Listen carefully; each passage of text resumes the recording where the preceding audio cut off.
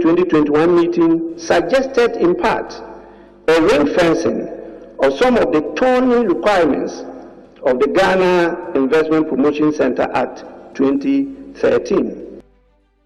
Speaker of Parliament Alban Bagbin announces massive exemptions under the Ghana Investment Promotion Act, permitting Nigerian traders into Ghana's retail space, following a joint communique between Ghana and Nigeria at the extraordinary ECOWAS summit. But the Ghana Union of Traders Association has condemned the move, saying it is a slap on the faces of Ghanaian traders. Especially they throw away this GIPC Act. It's pulling the brakes. This act is the one that is pulling the brakes, that is putting some fear into other people who want to come in droves. Also tonight, AGRIC Minister Dr. Usefria Kuto has been touring BONO East, where he has announced government's intention to make the region the rice capital of Ghana. I don't know the sizes of these valleys, but it means that if you're able to develop all the 78 valleys, BONO East will become the rice capital of Ghana. More on his tour ahead in this bulletin. My name is Darryl Kwao. Thanks for being with us tonight on Business Live. We will be right back.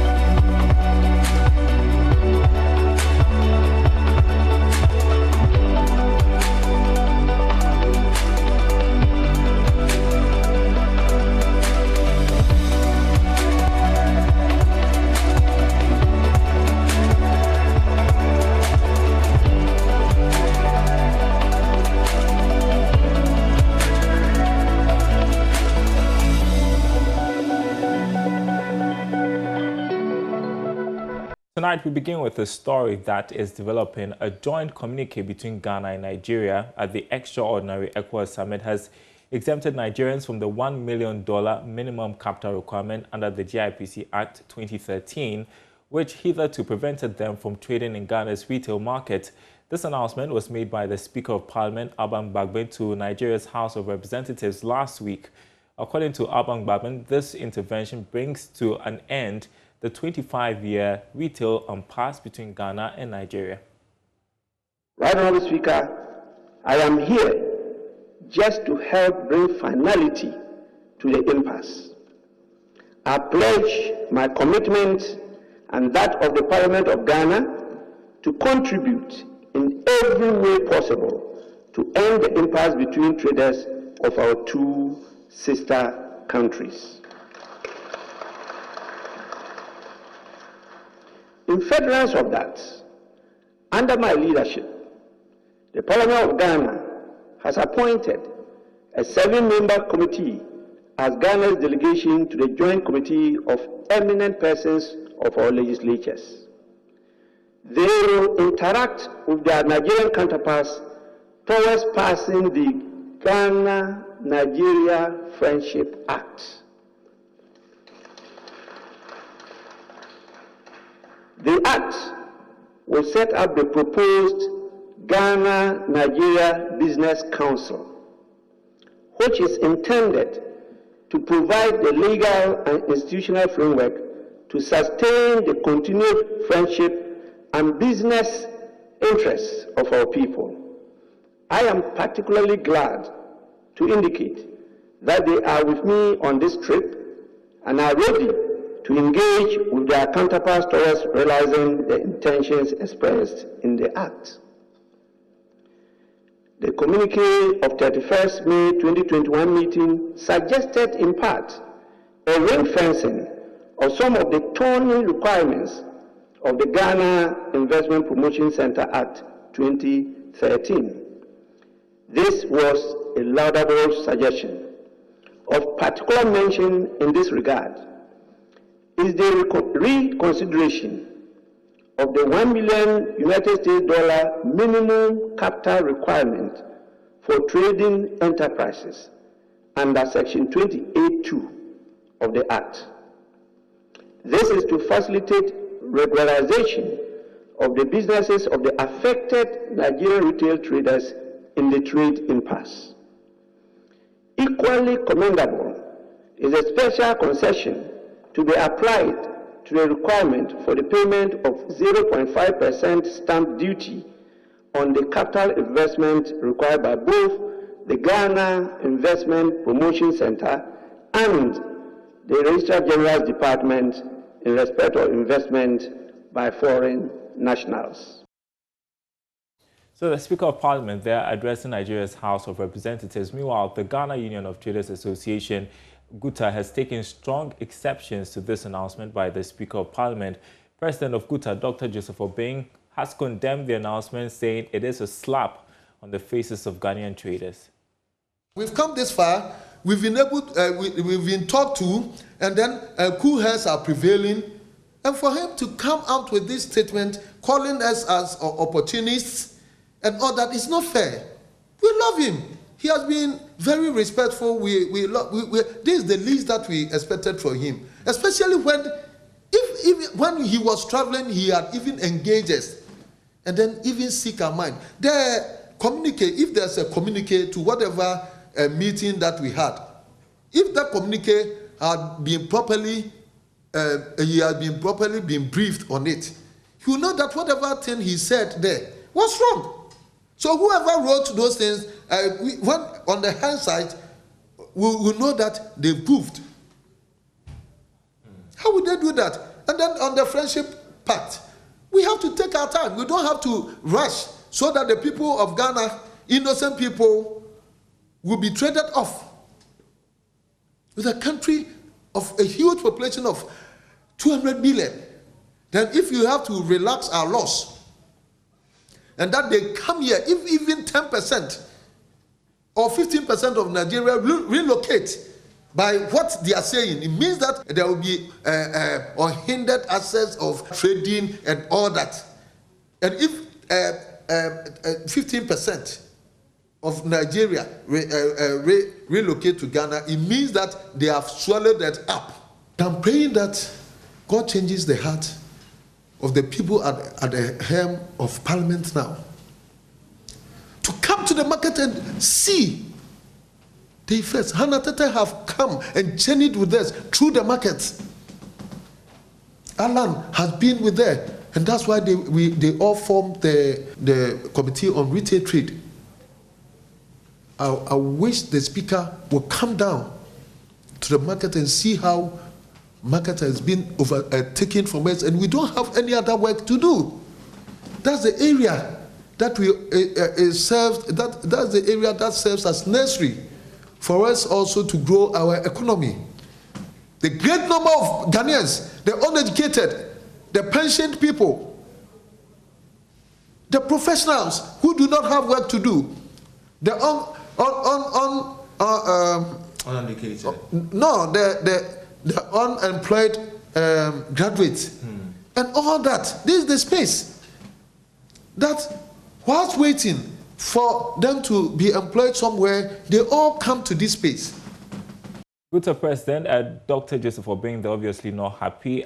We were told that the Speaker of Parliament, Abang Babin, was accompanied to the Nigerian House of Representatives by the Chairman of the Committee on Trade and Industry, Carlos Ahenkwa, Chairman Committee on Foreign Affairs, Brian Echampong, amongst other parliamentary officials. Away from that, the Minister for Food and Agriculture, Dr. FEUD, has announced government's intention to make the BONO East region the rice capital of the country. He made this observation whilst addressing farmers and AGRIC staff as part of his tour of the region to ascertain its performance in various AGRIC policies introduced by government. Correspondent Anna Sabit has more. The Minister for Food and Agriculture, Dr. FEUD, has indicated government's readiness to support rice production in the BONO East region, with a total of 78 valleys for rice cultivation. The minister, who is in the region on a day's working tour, indicated that with the right support, the region would become the rice capital of the country, which would in turn generate lots of employment avenues for the people of the region.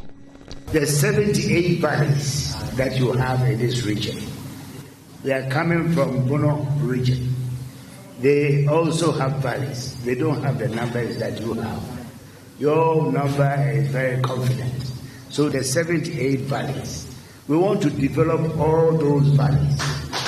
So we want a master plan from you, because it means that, I don't know the sizes of these valleys, but it means that if you're able to develop all the 78 valleys, BONO East will become the rice capital of Ghana. Seriously, and will generate a lot of jobs and a lot of wealth for the people of this region.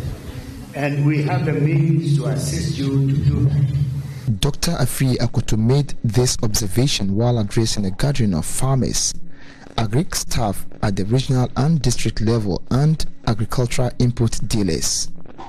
He called on the farmers to work in groups in order to attract government support as government seeks to import AGRIC machinery to help increase production. So I should be able to help you together with head district directors of agriculture to organize these farmers into groups. We need a database. We cannot deal with individual farmers. You know, we have over 3 million farming households in Ghana from the latest agriculture census. We can't deal with 3 million. But if they come in batches of 50, 100, even 1,000, and we know that this is the unit, this is their head, this is the executives, then when we are coming out to support them, it's much easier. I prefer to be dealing with them than to deal with the district assemblies. BONO East Regional Minister Mr. Kwesi Edujan, on his part, promised to work towards ensuring that government policies on agriculture are fully implemented as a means of eradicating poverty in the area. We, the BONO East region, being an agrarian region, do believe that the only way we can get out of unemployment, the poverty, is through effective development of agriculture, through transformation and modernization of agriculture. As a result of that, we do not take lightly the planting for food and jobs. Together with the regional director, aggressively pursuing that agenda. The minister also paid a courtesy call on the Nananum of the Techiman Traditional Council, where the Trafuhene of the area, Nana Afnan Ketia, urged the ministry to focus on mechanization as a means of attracting more youth into agriculture.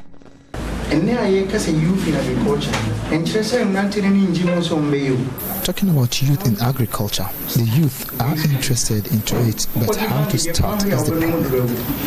Because a very high interest rate. The high interest rates from the banks may even lead to some committing suicide. So we need to go back to mechanization and have ready markets for our farm produce. The minister also paid field visits to some farms in Apesika, Tranda, and Dawadawa, all in the Kintampo North District. Reporting for JoyNews, Anas Sabit, Techiman. Well, back to Accra, oil firm Cosmos Energy has expressed its commitment to support younger Ghanaian entrepreneurs to drive economic growth. Speaking at the Cosmos Innovation Center Agritech Challenge Investment Awards, Country Director for Cosmos Energy and Senior Vice President Joe Mensah urged corporate Ghana to join the company support the next generation of entrepreneurs. There's more in this report. Cosmos Energy, since its presence in the country, has supported the educational and health sectors of the economy. It has now decided to finance young AGRIC entrepreneurs to encourage the many teeming youth to venture into agriculture.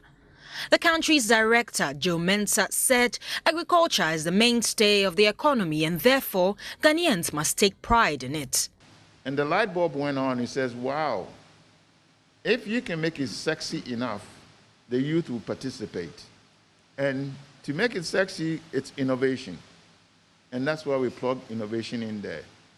So look at the whole value chain of agriculture. How do we use innovation, technology, to solve a problem or optimize something? Enhance KIC activities. And when we brought this, as Ben was saying, applications used to climbing up every year. This is our 5th year that we are actually, crowning the awareness of the competition. Now, lo and behold, we picked 2 to fund through the next cycle incubation. The reason why we picked 2 was that we felt that that's the piece that we could support with a $100,000 seed cap and then drive it through. So we're looking for corporate entities and others to really join us to really handle the others, because everybody that has competed to get to this level is good enough to go out to do something. The Rwanda High Commissioner to Ghana, Aista Kirabo Kasira, called for the support of farmers to enable them break barriers towards market, among others. She urged the young AGRIC entrepreneurs to be innovative going forward. Changes. We have seen significant progress, but I want to also say that on the continent there is still so much more to be done. So what you have started here today, as I mentioned, we'll continue to support it, to scale it up, to share it with other countries, of course, beginning from Ghana, as I mentioned, Rwanda, and the other countries on our continent. I also want to say that the agriculture sector in many African economies is still fraught with challenges. And some of these challenges, as you see, we are struggling with diseases that never happened before. As they attack us as human beings, the opening remarks were all full of how we should prevent. You can only see half of my face, like I can only see half of your face. We are all struggling with COVID, and we don't know when it's ending because we keep on getting different variants. But resilient we must be, abiding by science and what discipline we are called for to uphold, we must, but we must not give up. In the same way in agriculture, let's see how we can support our farmers in the areas to invest in fighting climate change, resistance to diseases, breaking barriers towards markets, making it easier for a farmer anywhere to access information. This year's winners are also Group, a new startup that produces affordable ethanol from cashew apples, and Fruit Flour, a new startup that produces and packages nutritious, ready-to-serve baby food from fruits and vegetables. The winners of the 2020 Agritech Challenge will receive $50,000 in seed funding, as well as up to 4 years of business training, mentorship and incubation at the Cosmos Innovation Center Hub. Now, life insurance company First Insurance has underscored the relevance of claims payment to improving the general perception about insurance in the country. As such, the company has presented a check for 204,000 cedis to a claimant or policyholder under critical condition. In an interview, Chief Executive of First Insurance, Jack Muzinze, attributed the poor patronage of life insurance in the country to lack of education. There's more in the following report. On behalf of the board and management of First Insurance, I, Eric Fifi Smith, the Chief Claims Officer for First Insurance, present a check of 204,000 Ghana cedis to the claimant. Chief Executive of First Insurance, Jack Muzunze, says his outfit seeks to contribute to efforts to restore the credibility of the industry towards paying claims, as evidenced by the presentation of the 204,000 cedis check to the claimant. We want to clear the public perception that life insurance companies don't pay claims.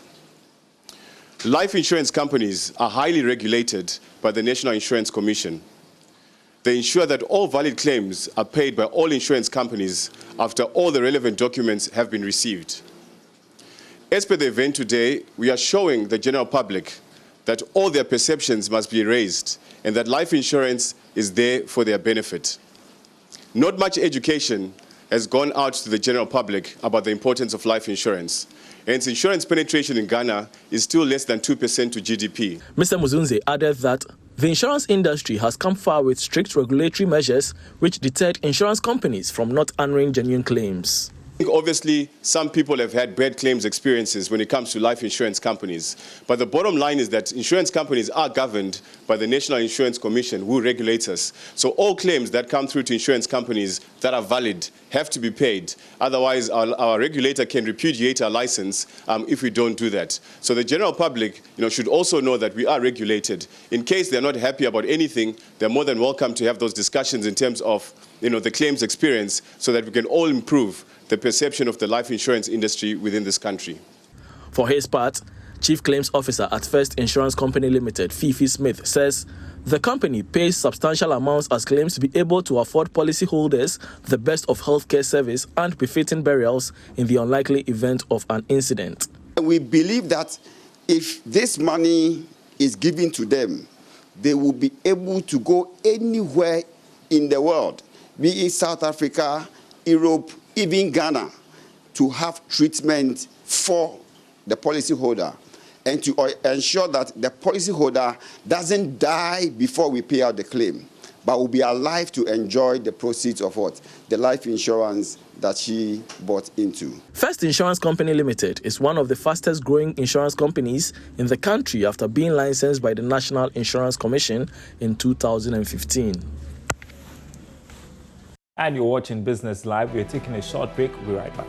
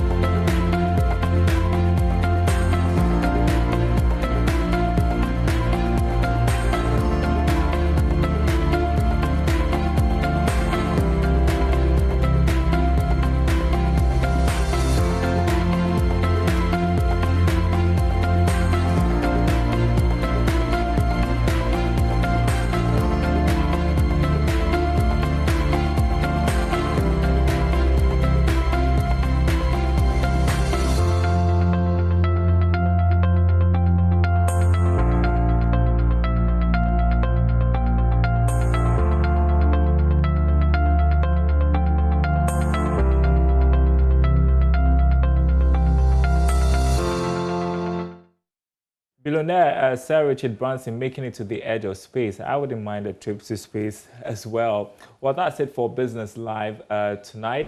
Before we go, just to let you know what stories are making headlines on our website, myjoyonline.com. Government could reintroduce subsidies on fuel and utility tariffs. That's according to PFM Tax Africa. And Ghana's first digital currency ready for piloting in September. That's the Bank of Ghana. More news on myjoyonline.com/business. I'm out for now. We'll be back same time tomorrow.